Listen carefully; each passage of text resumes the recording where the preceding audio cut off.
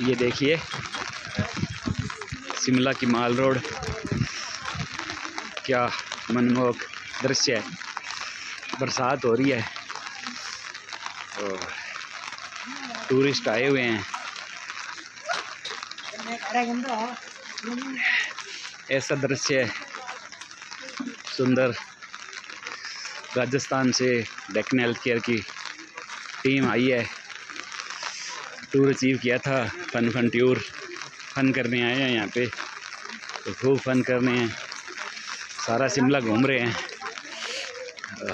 आज ज़बरदस्त ठंड है आज शिमला में, और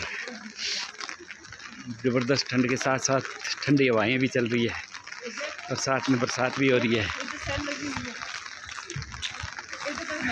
हाँ, देख रहे हैं ये।